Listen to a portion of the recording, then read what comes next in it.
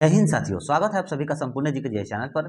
साथियों देखिए, जैसा कि आप सभी को पता है कि हमारे चैनल के माध्यम से भी बिहार बीएससीसी और बिहार दरोगा की तैयारी कराई जा रही है और बहुत ही जल्द बस 1-2 दिनों के अंदर में ही बिहार पुलिस के लिए भी एक practice set test series add कर दिया जाएगा। तो देखिए, ये जो है यह अभी का जो क्लास है हम लोग का, यह तीनों एग्जाम के लिए बहुत ही ज़्यादा महत्वपूर्ण है। बिहार बीएससीसी के लिए भी और बिहार दरोगा के लिए भी और बिहार पुलिस के लिए भी। क्यों इंपॉर्टेंट है? क्योंकि ये जो एडिटोरियल पब्लिकेशन का जो बुक है ना, 5000 प्लस बहुमूल्य प्रश्न, ये टोटल एनसीईआरटी पर आधारित है। देखिए यहाँ पर लास्ट टॉपिक में लिखा हुआ है एनसीईआरटी पर टोटल ये आधारित प्रश्न है और आप लोगों को बहुत ही अच्छे से पता होगा कि एनसीईआरटी पर ही आधारित सारे एग्जाम्स में क्वेश्चन पूछे जाते हैं। तो देखिए, आज का हम लोग जो क्लास करेंगे वो प्रैक्टिस सेट 3 करेंगे और प्रैक्टिस सेट 1 और 2 हम लोगों ने पहले कंप्लीट कर लिया है, जिसका कि आप लोगों को चैनल के प्लेलिस्ट में सारा वीडियो अरेंज करके रखा गया है। वहां पर जाइए और अच्छे से अपना तैयारी करिए। तो चलिए आइए आज का हमारा पहला क्वेश्चन देखते हैं। देखिए, आज का हमारा पहला क्वेश्चन कर रहा है कि निम्नलिखित में से कौन सा सहायक संधि की विशेषता नहीं है। तो इसका सही आंसर हो जाएगा देशी रियासतों की आंतरिक शासन कंपनी के अधीन होगी। Option number B is the right answer. देखिए, देशी रियासतों की आंतरिक शासन कंपनी के अधीन होगी, यह जो है सहायक संधि विशेषता नहीं है। Option number B is the right answer. Next question देखिए, नेक्स्ट क्वेश्चन कह रहा है हमारा कि निम्न में से किस समाचार पत्र पर वर्नाकुलर प्रेस एक्ट के तहत कार्यवाही की गई। तो इसका सही आंसर हो जाएगा भारत की मिहिर समाचार पत्र पर वर्नाकुलर प्रेस एक्ट के तहत कार्यवाही की गई थी। नेक्स्ट क्वेश्चन देखिए, इंडिपेंडेंस नामक समाचार पत्र किनके द्वारा प्रकाशित यानी कि संपादित किया गया था। तो इसका सही आंसर हो जाएगा मोतीलाल नेहरू के द्वारा। मोतीलाल नेहरू के द्वारा इंडिपेंडेंस नामक समाचार पत्र जो है प्रकाशित किया गया था। नेक्स्ट क्वेश्चन देखिए, बाल हत्या प्रथा किस प्रेसिडेंसी में अधिक थी। तो बाल हत्या प्रथा किस प्रेसिडेंसी में अधिक थी। तो इसका सही आंसर हो जाएगा बंगाल प्रेसिडेंसी में बाल हत्या प्रथा जो थी बहुत ही ज्यादा अधिक थी। Option number C right answer. Next question देखिए, रेशमी रुमाल षड्यंत्र किससे संबंधित है। तो रेशमी रुमाल षड्यंत्र जो है यह मौलवी उबैदुल्लाह सिंधी से संबंधित है। Option number B right answer हो जाएगा। नेक्स्ट क्वेश्चन देखिए, असहयोग आंदोलन के लिए प्रस्ताव किस कांग्रेस अधिवेशन में पारित किया गया था। तो असहयोग आंदोलन के लिए जो प्रस्ताव था वह नागपुर अधिवेशन में पारित किया गया था। Option number C right answer हो जाएगा। नेक्स्ट क्वेश्चन देखिए, निम्नलिखित में कौन पारिस्थितिकी तंत्र के विषय में सही नहीं है। तो कौन सा है जो कि सही नहीं है। तो इसका राइट आंसर हो जाएगा यह एक बंद तंत्र होता है। Option number A right answer, यह एक बंद तंत्र होता है, यह जो है पारिस्थितिकी तंत्र के विषय में सही नहीं है। नेक्स्ट क्वेश्चन देखिए, निम्नलिखित में कौन प्रसिद्ध जैविका हॉटस्पॉट है। तो इसका सही आंसर हो जाएगा पश्चिमी घाट। ठीक है, option number D right answer. पश्चिमी घाट जो है यह प्रसिद्ध जैविका हॉटस्पॉट है। ठीक है, option number D right answer. पश्चिमी घाट प्रसिद्ध जैविका हॉटस्पॉट है। नेक्स्ट क्वेश्चन देखिए, किस चक्रवात के संचालन में सौर विकिरण की महत्वपूर्ण भूमिका होती है। तो इसका सही आंसर हो जाएगा जल चक्र। देखिए, जल चक्र के संचालन में सौर विकिरण की महत्वपूर्ण भूमिका होती है। Option number B right answer. साथियों, इसका आप लोगों को लास्ट में सारा इंपॉर्टेंट तथ्य भी पढ़ाया जाएगा, तो आप लोग ये न सोचे कि सिर्फ क्वेश्चन आंसर सर करा रहे हैं। एक तरह से आप लोगों को ये टेस्ट सीरीज भी हो जाता है और लास्ट में सारा इंपॉर्टेंट तथ्य भी पढ़ा देते हैं। तो इससे आप लोगों का सारा रिवाइज जो है ना अच्छे तरीके से हो जाता है। और आप लोगों को टेलीग्राम पर फ्री में पीडीएफ भी दे देंगे। आप लोग यहाँ से आंसर नोट करिए, वहाँ पर फ्री में पीडीएफ मिलेगा, फिर वहाँ पर पीडीएफ लीजिए और फिर से चेक मारिए और उसके बाद फिर मैच करिए कि आप लोगों का कितना सही होता है। इससे आप लोगों का जो क्लास है ना वो पूरा एकदम 100% आप लोगों को याद हो जाएगा और आप लोगों को एग्जाम निकालने की संभावना बहुत ही ज्यादा बढ़ जाएगी। तो देखिए, क्वेश्चन नंबर 10 कह रहा है हमारा, आगे का क्वेश्चन है, गौतम बुद्ध ने संघ में भिक्षुणी स्त्री के प्रवेश की अनुमति कहाँ दी। तो इसका सही आंसर हो जाएगा वैशाली में दी थी। गौतम बुद्ध ने संघ में भिक्षुणी स्त्री के प्रवेश की अनुमति जो थी वह वैशाली में दी थी। Option number A right answer हो जाएगा। चलिए नेक्स्ट क्वेश्चन देखिए, भारत के किस क्षेत्र में सर्वाधिक दैनिक तपांतर पाया जाता है। ठीक है, भारत के किस क्षेत्र में सर्वाधिक दैनिक तपांतर पाया जाता है। तो इसका सही आंसर हो जाएगा मरुस्थलीय क्षेत्र में। ठीक है, मरुस्थलीय क्षेत्र में जो है भारत के सर्वाधिक दैनिक तपांतर पाया जाता है। नेक्स्ट क्वेश्चन देखिए, 3 जनवरी को उपसौर की घटना होती है। 3 जनवरी को उपसौर की घटना होती है। तो इसका सही आंसर हो जाएगा इस दिन पृथ्वी सूर्य की दूरी सबसे न्यूनतम होती है। पृथ्वी और सूर्य की दूरी इस दिन बहुत ही कम होती है। ठीक है, 3 जनवरी को उपसौर की घटना होती है क्योंकि इस दिन पृथ्वी सूर्य की दूरी जो है सबसे कम होती है, न्यूनतम होती है। Option number C right answer.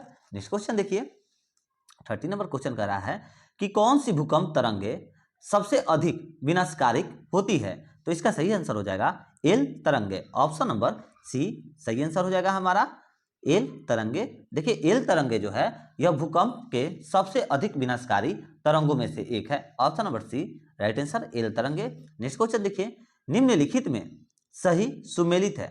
देखिए नेक्स्ट क्वेश्चन कह रहा है हमारा निम्नलिखित में कौन सही सुमेलित है। तो कौन सही सुमेलित है, तो वो हो जाएगा मैगीनॉट रेखा और फ्रांस और जर्मनी। ठीक है, मैगीनॉट रेखा, फ्रांस और जर्मनी, यह जो है सही है, सही सुमेलित है। Option number C right answer.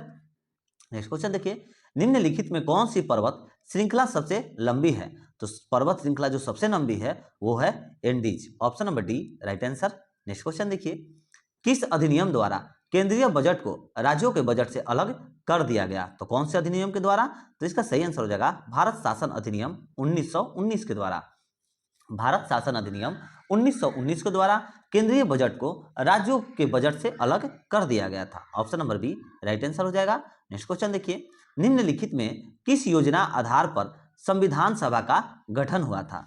तो किस योजना आधार पर संविधान सभा का गठन हुआ था, तो इसका सही आंसर हो जाएगा कैबिनेट मिशन योजना। Option number A right answer हो जाएगा कैबिनेट मिशन योजना।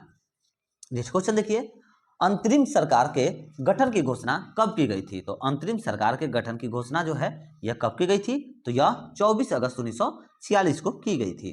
नेक्स्ट क्वेश्चन देखिए, निम्नलिखित में से कौन सा कथन सही है। तो कौन सा कथन सही है, तो इसका सही आंसर हो जाएगा ए और दो दोनों जो है कथन सही दिया गया है। देखिए आप लोग थोड़ा पहले कथन भी पढ़ लीजिए।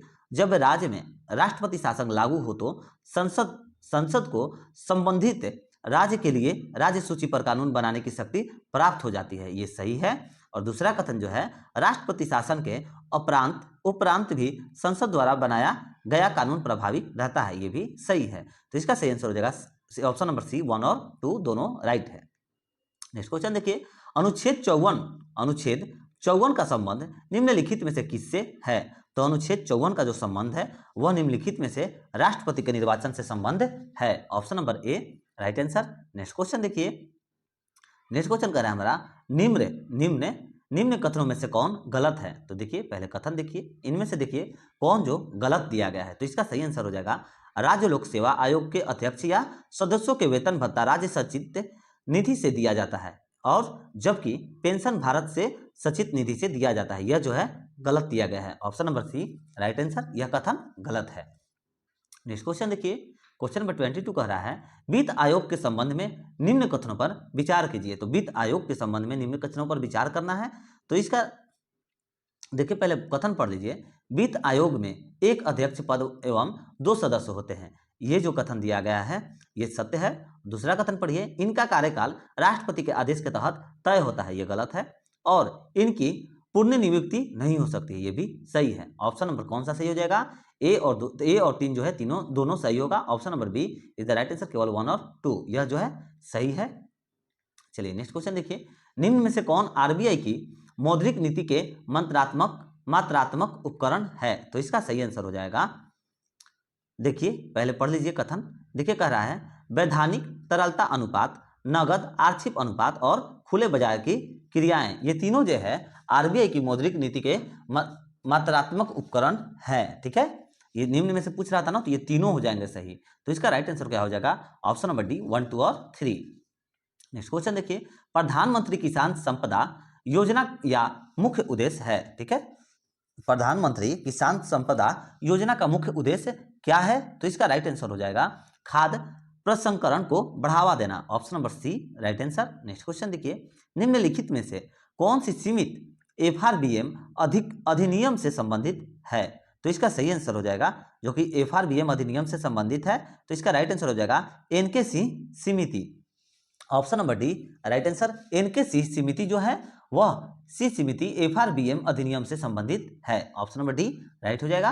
नेक्स्ट क्वेश्चन देखिए, निम्नलिखित में से कौन सा संस्थान न्यूनतम समर्थन मूल्य एमएसपी के बारे में भारत सरकार को सिफारिश करता है? तो इसका राइट आंसर हो जाएगा, इसका सही आंसर होगा कृषि लागत एवं मूल्य आयोग, option number D right answer. देखिए कृषि लागत एवं मूल्य आयोग जो है यह संस्थान न्यूनतम समर्थन मूल्य यानी कि एमएसपी के बारे में भारत सरकार को सिफारिश करता है, option number C right answer हो जाएगा। नेक्स्ट क्वेश्चन देखिए, सीताध्यक्ष का संबंध था, तो सीताध्यक्ष का संबंध किससे था? तो भूमि कर विभाग से था, option number C right answer. सीताध्यक्ष का संबंध भूमि कर एवं विभाग से था, भूमि कर विभाग हो जाएगा। चलिए नेक्स्ट क्वेश्चन देखिए, क्वेश्चन नंबर 28 का रहा है हमारा। आइए देखिए, कश्मीर के क्षेत्रीय इतिहास का सजीव वर्णन मिलता है, तो कश्मीर के क्षेत्रीय इतिहास का सजीव वर्णन मिलता है, तो इसका सही आंसर हो जाएगा राज तरंगिणी में मिलता है, option number D right answer हो जाएगा, राज तरंगिणी में मिलता है। नेक्स्ट क्वेश्चन देखिए, सिजदा एवं पौबोस, ठीक है, पौबोस दिया गया है। चलिए नेक्स्ट क्वेश्चन देखिए, नेक्स्ट क्वेश्चन कह रहा है हमारा, सिजदा व पौबोस प्रथाओं की शुरुआत निम्न में से किसने की थी? तो इसका सही आंसर हो जाएगा बलबन ने की थी, option number B right answer Balban हो जाएगा, option number B right answer Balban. Next question देखिए, उत्बी कौन था? तो उत्बी जो था यह एक इतिहासकार था, option number A right answer, Utbi एक इतिहासकार था। नेक्स्ट क्वेश्चन देखिए, शेरशाह के बारे में कौन कथन असत्य है? तो शेरशाह के बारे में यह कथन असत्य है कि शेरशाह का मकबरा दिल्ली में है, और आप लोग चलिए कमेंट करके बताइए कि शेरशाह का मकबरा कहाँ पर है, ठीक है। चलिए नेक्स्ट क्वेश्चन देखिए, किस प्रसिद्ध शासक के द्वारा अमुक्त माल्यद लिखी गई? ठीक है, किस प्रसिद्ध शासक के द्वारा अमुक्त माल्यद लिखी गई? तो इसका सही आंसर हो जाएगा Krishna Deva Raya, option number C right answer Krishna Deva Raya. Next question देखिए, दिल्ली सल्तनत के सभी सुल्तानों में सर्वाधिक समय तक शासक निम्नलिखित में से किसने किया था? तो किसने किया था सबसे ज्यादा शासक? तो इसका सही आंसर हो जाएगा बहलोल लोदी ने किया था, option number A right answer Bahlol Lodi. Next question देखिए, निम्नलिखित में से कौन सा पदार्थ केंद्रक में सर्वाधिक मात्रा में पाया जाता है? तो इसका सही आंसर हो जाएगा protein, option number B is the right answer. Protein पदार्थ में केंद्रक में सर्वाधिक मात्रा में पाया जाता है, option number B right answer हो जाएगा।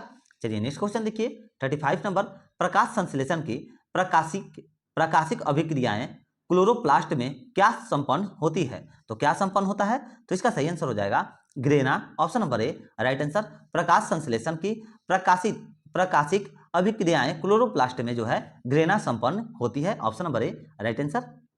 चलिए नेक्स्ट क्वेश्चन देखिए, हेलोफाइटस होता है, तो हेलोफाइटस जो है यह होता है, तो इसका सही आंसर हो जाएगा वे पौधों जो लवणों वाली मिट्टी में उगते हैं, option number D right answer. Halophytes होता है वे पौधे जो लवणों वाली मिट्टी में उगते हैं, option number D right answer. Next question देखिए, क्वेश्चन नंबर 37 कह रहा है हमारा कि निम्न में से कौन सा टेस्ट एड्स के लिए किया जाता है? तो कौन सा टेस्ट जो है जो कि एड्स के लिए किया जाता है?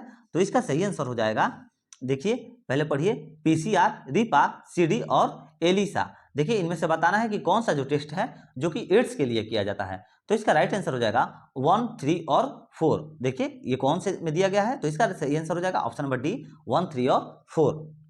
चलिए नेक्स्ट क्वेश्चन देखिए, निम्न में से कौन सा रुधिर वर्ग के रुधिर प्लाज्मा में कोई एंटीबॉडी नहीं होता है? तो इसका सही आंसर हो जाएगा, क्वेश्चन नंबर 38 का राइट आंसर हो जाएगा ए और B, option number C is the right answer. देखिए निम्न में से कौन सा रुधिर वर्ग में रुधिर प्लाज्मा में कोई एंटीबॉडी नहीं होता है? तो ये सही आंसर हो जाएगा ए बी, ठीक है, ए बी ब्लड ग्रुप होता है। चलिए नेक्स्ट क्वेश्चन देखिए कि क्वेश्चन नंबर 39 कह रहा है, टिम्पल वैक्सीन डीपीटी में कौन सा एक नहीं होता है? तो टिम्पल वैक्सीन डीपीटी में कौन सा एक नहीं होता है? तो इसका सही आंसर हो जाएगा पीलिया नहीं होता है, option number B right answer, पीलिया नहीं होता है। नेक्स्ट क्वेश्चन देखिए, अल्फा कण का द्रव्यमान हीलियम के एक अणु के बराबर होता है और इसके आवेश किसके बराबर होते हैं? तो इसके जो आवेश हैं यह किसके बराबर होते हैं? तो इसका राइट आंसर हो जाएगा 2 प्रोटॉन के बराबर होते हैं, option number C right answer हो जाएगा। नेक्स्ट क्वेश्चन देखिए, न्यूटन के किस गतिकी, ठीक है, न्यूटन के किस गतिकी नियम से बल का व्यंजक प्राप्त होता है? तो किस गतिकी नियम से बल का व्यंजक प्राप्त होता है? तो इसका राइट आंसर हो जाएगा, देखिए इसका सही आंसर हो जाएगा द्वितीय गतिकी नियम, ठीक है, option number B right answer. द्वितीय गतिकी नियम जो है न्यूटन के इसी गति के नियम से बल का व्यंजक प्राप्त होता है, option number B right answer, द्वितीय गतिकी नियम। नेक्स्ट क्वेश्चन देखिए, सिलिकॉन सिलिकॉन और जर्मेनियम कार्बन आदि पदार्थों की प्रतिरोधकता ताप बढ़ने पर क्या होती है? तो इसका सही आंसर हो जाएगा, ये सब बढ़ने पर क्या होती है? तो घटती है। Option number B right answer. देखिए सिलिकॉन जर्मेनियम कार्बन आदि पदार्थ की प्रतिरोधकता ताप जो है बढ़ने पर जो है ताप जो है घटती है, रोधकता ताप बढ़ने पर यह घटती है। चलिए नेक्स्ट क्वेश्चन देखिए, निम्न में से किस तत्व का सर्वाधिक समस्थानिक होता है? तो इसका सही आंसर हो जाएगा क्वेश्चन नंबर 43 का राइट आंसर होगा polonium. Option number D is the right answer. निम्न में से किस तत्व का सर्वाधिक समस्थानिक होता है? तो पोलिनियम का जो है तत्व का सर्वाधिक समस्थानिक होता है। Option number D right answer polonium. Next question देखिए, हाइड्रोजन को जलाने से क्या बनेगा? तो हाइड्रोजन को जलाने से पानी बन जाएगा। Option number A right answer, hydrogen को जलाने से पानी बन जाएगा। चलिए नेक्स्ट क्वेश्चन देखिए, ग्रेफिन होता है, तो ग्रेफिन जो है यह होता है, तो इसका सही आंसर हो जाएगा कार्बन का नैनो प्रतिरूप होता है। Option number B right answer, graphene जो है कार्बन का नैनो प्रतिरूप होता है। नेक्स्ट क्वेश्चन देखिए, क्वेश्चन नंबर 46 का रहा है विश्व रक्तदान दिवस कब मनाया जाता है? तो विश्व रक्तदान जो दिवस है यह 14 जून को मनाया जाता है। Option number D right answer, विश्व रक्तदान दिवस 14 जून को मनाया जाता है, 14 जून को मनाया जाता है। नेक्स्ट क्वेश्चन देखिए, निम्नलिखित को सुमेलित करें। तो देखिए इसको मैच करना है, सुमेलित करना है, तो देखिए मैच करिए। पहला तो ठीक दिया गया है, सामने सही है, दूसरा का हो जाएगा 4 नंबर प्रणाली। देखिए साइड में लिख दीजिए 1 2 1 2, उसके बाद ये हो जाएगा मंसूर का 3, ये हो जाएगा 4। चलिए देखिए राइट आंसर आपका क्या हो गया, इसका सही आंसर हो जाएगा 47 का आपका राइट आंसर क्या हो जाएगा 1 4 2 3, 1 4 2 और 3, ठीक है 2 3, ठीक है यही इसका राइट आंसर हो जाएगा 1 4 2 3। चलिए 1 4 2 3 इसका option number D is the right answer. देखिए पहला का तो पहले में मैच कर गया, ठीक है ये सही है। प्लाज्मा अनुसंधान संस्थान पांधीनगर, ये सही है, ठीक है। और दूसरा का रहा है राष्ट्रीय समुद्र विज्ञान संस्थान, तो इसका हो जाएगा पणजी, ठीक है। तो पहले नंबर पे 1 हो गया, दूसरे नंबर पर चौथा नंबर हो गया, ठीक है 1 4 हो गया यहाँ पर। फिर देखिए तीसरा का रहा है केंद्रीय खाद्य प्रौद्योगिकी अनुसंधान संस्थान, तो इसका जो है इसका हो जाएगा आपका मैसूर। तो क्या क्या हो गया, पहले नंबर पर ये पहला 4 फिर मैसूर, तो दूसरे नंबर पर ये देखिए यहाँ पर 2 है। और फिर लास्ट हमारा बच रहा है भारतीय मौसम विभाग विज्ञान संस्थान, भारतीय मौसम विज्ञान संस्थान, तो यह जो है दिल्ली में है। तो लास्ट में हो गया आपका 3 नंबर से मैच कर रहा है, तो हो गया 3। Option number D right answer 1 4 2 3। चलिए नेक्स्ट क्वेश्चन देखिए, क्वेश्चन नंबर 48 कर रहा है हमारा पंचरात्र का संबंध किस धर्म से है? पंचरात्र का संबंध किस धर्म से है? तो इसका सही आंसर हो जाएगा ऑप्शन नंबर ए वैष्णव धर्म से है, ठीक है पंचरात्र का संबंध जो है वैष्णव धर्म से है। चलिए नेक्स्ट क्वेश्चन देखिए, क्वेश्चन नंबर 49 कह रहा है एकमात्र भारतीय जिसे रसायन के क्षेत्र में नोबेल पुरस्कार प्रदान किया गया है, तो वो कौन भारतीय हैं? तो उनका राइट आंसर हो जाएगा वेंकटरमन रामकृष्ण, ठीक है Venkataraman Ramakrishnan. Option number A is the right answer. देखिए यह वेंकटरमन रामकृष्ण जो है यह एकमात्र भारतीय हैं जिसे रसायन के क्षेत्र में नोबेल पुरस्कार प्रदान किया गया है। Option number A is the right answer, Venkataraman Ramakrishnan. चलिए नेक्स्ट क्वेश्चन देखिए, 50 नंबर क्वेश्चन कह रहा है भारतीय नौसेना की पहली महिला पायलट लेफ्टिनेंट शिवांगी स्वरूप बनी, ठीक है वो किस राज्य की रहने वाली हैं? तो वो जो है किस राज्य की रहने वाली हैं? तो यह बिहार राज्य की रहने वाली हैं। Option number A right answer. देखिए भारतीय नौसेना की पहली महिला पायलट लेफ्टिनेंट शिवांगी स्वरूप बनी, जो कि यह जो है कहाँ की रहने वाली हैं? तो बिहार राज्य की रहने वाली हैं। चलिए नेक्स्ट को आगे देखिए, यहाँ पर देखिए सारे क्वेश्चन से जो भी इंपॉर्टेंट तथ्य रहते हैं, देखिए यहाँ पर इंपॉर्टेंट तथ्य दिए रहते हैं लास्ट में। तो देखिए हम लोग इसे भी देख लीजिए, ऋग्वेद से क्या क्या कह रहा है, यह सबसे प्राचीन वेद है, इस वेद में रचनाओं को पढ़ने वाले को होत्र कहा जाता था, ठीक है। और क्या कह रहा है, इस वेद में तीसरे मंडल में गायत्री मंत्र का उल्लेख है, ऋग्वेद में तीसरे मंडल में गायत्री मंत्र का उल्लेख है, और इस वेद में 9वें मंडल में सोम देवता का उल्लेख है, और इस वेद में 10वें मंडल में 4 वर्ण यानी कि ब्राह्मण, क्षत्रिय, वैश्य और शूद्र का उल्लेख है, ठीक है। और क्या कह रहा है, देखिए इसको थोड़ा ऊपर करिए, और क्या कह रहा है कि इस वेद में इंद्र के लिए 250 एवं अग्नि के लिए 200 रचनाओं की रचना की गई है, और गोत्र शब्द का सर्वप्रथम उल्लेख ऋग्वेद में ही हुआ है, इसी वेद में किया गया है, और ऋग्वेद में ही गाय के लिए अघन्य शब्द का प्रयोग किया गया था, ठीक है। और देखिए यजुर्वेद के बारे में क्या कह रहा है कि इससे इससे इससे रचनाओं को पढ़ने वाले को अर्थ अरव्यू कहा जाता है। ठीक है, और क्या कह रहा है, दूसरा इंपॉर्टेंट पॉइंट है, योगों के नियमों एवं विधि विधानों का संकल्प मिलता है। तीसरा पॉइंट है, इस वेद में बलिदान विधि का भी उल्लेख है। चौथा पॉइंट है, यह गद्य एवं पद्य दोनों में है। चलिए नेक्स्ट देखिए, सामवेद सामवेद के बारे में टॉपिक कर रहा है। देखिए, ये सब बहुत ही ज़्यादा एग्जाम के पॉइंट ऑफ व्यू से इंपॉर्टेंट रहता है बेटा, तो आप लोग इसे मिस मत करिएगा, सारे को पढ़ते रहिए। देखिए, सामवेद के बारे में है, इसके रचनाओं को पढ़ने वालों के उद्रातक कहा जाता है और इस वेद को भारतीय संगीत का जनक भी कहा जाता है। और अर्थवेद हमारा बच रहा है लास्ट में, तो इसी वेद में सर्वप्रथम औषधि का उल्लेख मिलता है और अर्थवेद में ही सभा एवं समिति का प्रजापति की पुत्रिया कहा गया है।